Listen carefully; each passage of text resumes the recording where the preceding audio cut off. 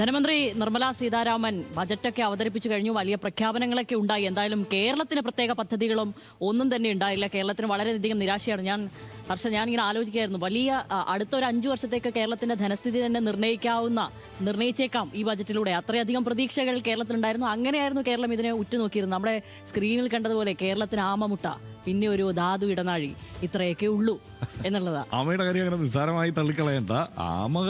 ആമകളുടെ പ്രജനനം നടത്തട്ടെ, മുട്ടകൾ അങ്ങനെ നമ്മൾ സംരക്ഷിക്കട്ടെ, ധാരാളം ആമകൾ ഉണ്ടാകട്ടെ, കേരളത്തിന്റെ തീരത്ത് ആമകളുടെ പെരുക്കം തന്നെ ഉണ്ടാവട്ടെ എന്ന് നമുക്ക് ആശംസിക്കാം. പക്ഷേ ഇതിനകത്തുള്ള ഒരു പ്രധാനപ്പെട്ട കാര്യം, പൊതുമൂലധന ചെലവ് 12,20,000 കോടിയിലേക്ക് ഉയർത്തിയിട്ടുണ്ട് എന്നുള്ളത് പല തലത്തിലും നമുക്ക് ഗുണം ചെയ്യുമായിരിക്കും. കാരണം അതിപ്പോൾ ബജറ്റ് പ്രസംഗത്തിൻ്റെ പൂർണ്ണ രൂപം ഇനി വന്നു കഴിയുമ്പോൾ ഇതിന് എവിടെയൊക്കെയാണ്, എങ്ങനെയൊക്കെയാണ് അതൊക്കെ അലോക്കേറ്റ് ചെയ്യുക എന്നുള്ളതൊക്കെ സൂക്ഷ്മമായി വിലയിരുത്തുമ്പോൾ മാത്രമേ നമുക്ക് അത്തരം കാര്യങ്ങളുടെ വിശദാംശങ്ങളിലേക്ക് പോകാൻ കഴിയൂ.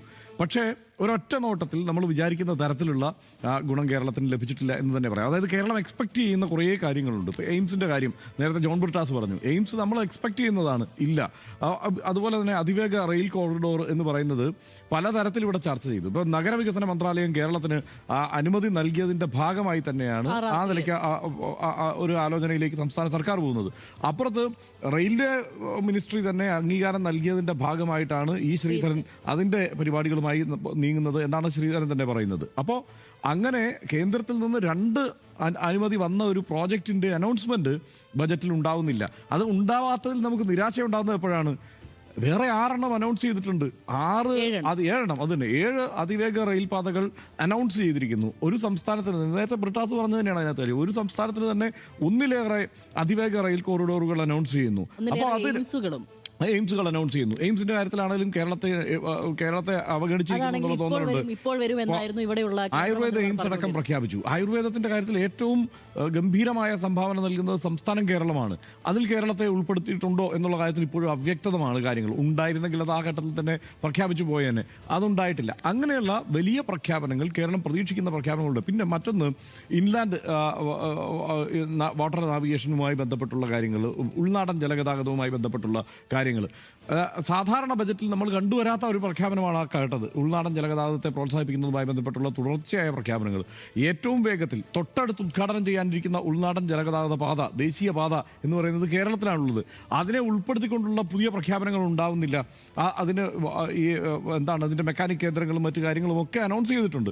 ഇതിലെവിടെയും കേരളം ഉൾപ്പെടുന്നില്ല എന്നതാണ് ഏറ്റവും സങ്കടകരമായ കാര്യം. അതിവേഗ റെയിൽ കോറിഡോറുമായി ബന്ധപ്പെട്ടുള്ള പ്രഖ്യാപനങ്ങൾ ഉണ്ടാകുന്ന ഘട്ടത്തിൽ കേരളത്തിൽ നിന്നുള്ള MP-മാർ അവിടെ ഇരുന്ന് വിളിച്ചു പറയുന്നുണ്ട് കേരളം എന്ന്.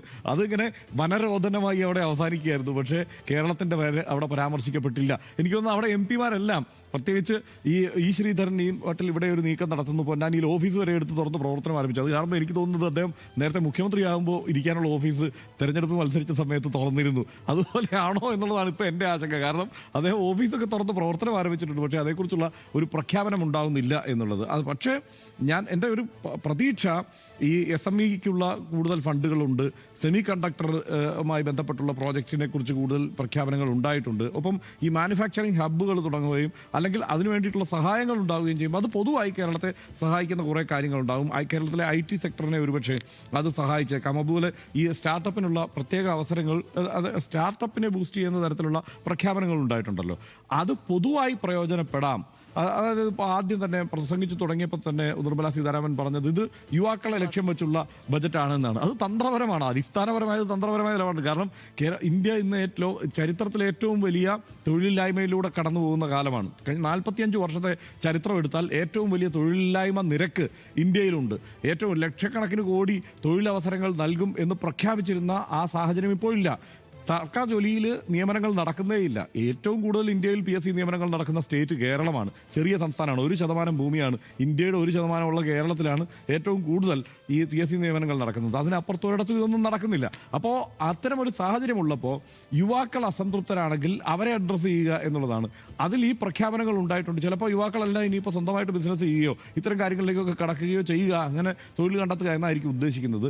ആ തന്ത്രപരമായ ചില പ്രഖ്യാപനങ്ങൾ ഉണ്ടായിട്ടുണ്ട്. ആ പ്രഖ്യാപനങ്ങളുടെ ഗുണഫലം ഒരു പരിധിവരെ കേരളത്തിലുണ്ടാകും. പക്ഷേ